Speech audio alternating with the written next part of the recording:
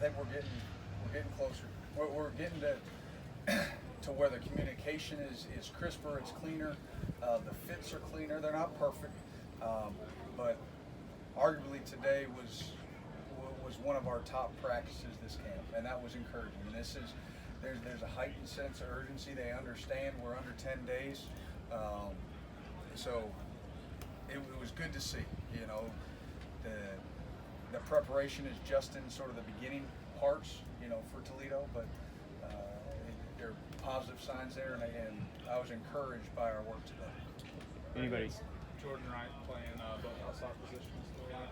How long has he been doing that, and how's he kind of handling that? Well, Jordan did that last year for us. You know, he's a smart kid with a lot of talent and a lot of upside. And the thing with Jordan is to show up every single day. You know, last year it was a little bit of a roller coaster. He'd have some good weeks and you'd be excited, and then he'd sort of fall off a little bit, or he'd get dinged, or he'd have an injury. And it's been his, you know, most consistent sort of 4 weeks thus far, and we need to keep that because he's playing at a high level right now at both positions, and that's what we need. We need him to be able to be a swing guy to give us the depth at both those positions. What could he bring to the table if he's playing at that high level that you talked about? Well, the thing with Jordan, he's so long, and you know, he's got long arms. He's athletic. You know, he's a former basketball player, but what he's starting to do, instead of playing like a basketball player, he's starting to play like a football player, and he's playing tough, and he's playing strong, and he's not afraid to put his face in. Some things that we've had to work on over the last 18 months, and he's really sort of embraced that. He's starting to take a leadership role. He's being verbal, so in that regard, been really pleased with him. And like I said, for him, it's about sustaining and doing it not in one practice, not in 2 practices, not in 1 week, but throughout the entire season. And if we can get that, I'll be really pleased. Has anybody picked it up since the second scrimmage that you've noticed? You know, not just individually. I just feel like we as a whole, as a defense, we've picked it up. I think we felt the urgency a little bit. We did some things in the second scrimmage that were better. We did some things in the second scrimmage that, you know, that weren't quite as good as maybe the first scrimmage. And I think we found a little bit more consistency, especially in today's practice. I think, you know, from start to finish, it was the most energy. We've kept it up. It wasn't 1 period, it wasn't 2 periods, it was the entire practice.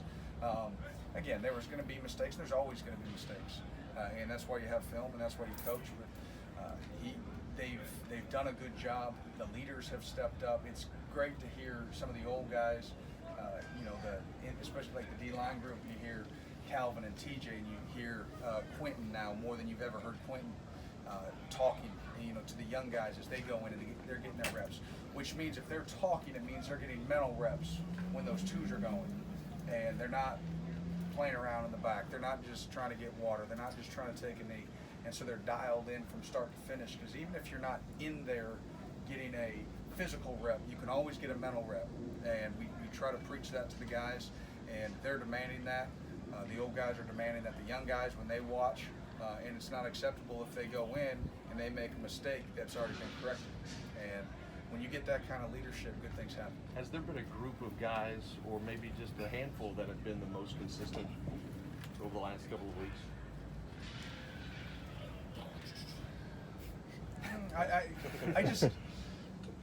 I think it's sort of ebb and flowed a little bit. No, I wouldn't pinpoint one group or another. I would say the leaders that you'd expect to be leaders have been leaders over the last couple of weeks. But the D-line, you know, again, we've talked about it a lot. You know, they need to be that group that's going to be our strength, and they've been consistent. But they need to be more than just consistent. They need to be playmakers for us. And there's been certain times in camp when they have been playmakers. There's been certain times in camp when they haven't. And I think you can say that for every position group. But we're going to lean heavily on those guys. The same with the inside backers. You know, we're making progress.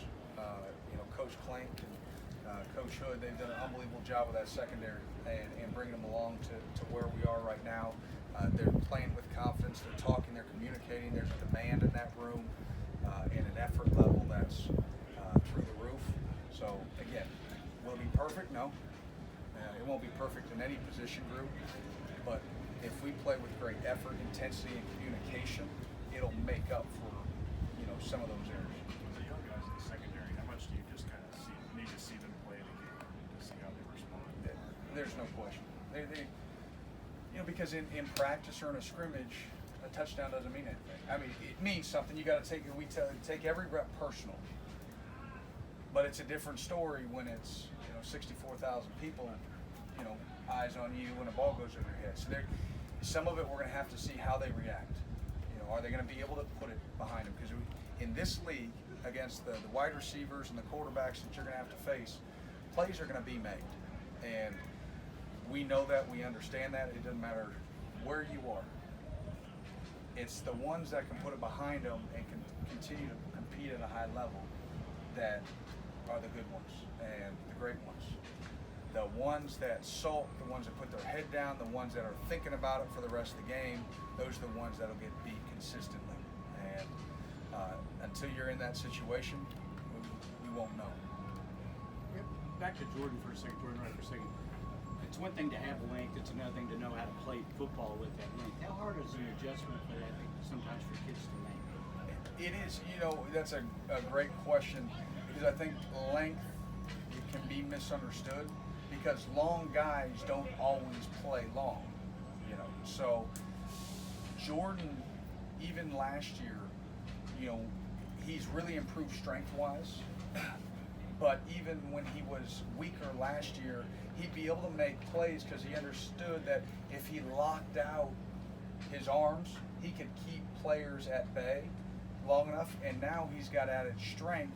So not only can he keep them at bay, but now he's strong enough to shed and go make plays. So it's not, hey, I just did my job. Now it's, I did my job plus I made a play. And the more of those we can make, the better. And that's what, Josh had to learn last year, is that Josh had really good arm length, but until he played with that extension and played strong, he wasn't going to make nearly as many plays. And so Jordan's starting to understand that. But to do that, you got to be able to play physical. You got to understand that, hey, I'm going to have to strike, separate, and strengthen. And every day he's getting better, and we need to just continue to get better. This can't be our peak. This just has to be sort of the bottom of the mountain, and we've got to continue to peak through the season. Mark said the other day he's got 4 guys on the inside at linebacker he feels like you can play winning football with. Are you getting closer to 4 on the outside? And are there some guys that are ready No, to I think I feel really good with 3, and it's just going to take time and development. And I know Coach Stoops has talked about it before. It's a hard position. The outside linebacker position is a hard position. They've got to do a lot of different things at a really high level, and they've got to be able to cover, against fast guys. They've got to be able to set edges against 300-pounders, and there's an adjustment for true freshmen coming out. And there may be spots here and there, but right now I think we've got 3 that I feel really comfortable with. Josh, Jordan, Boogie? Yes. Very good.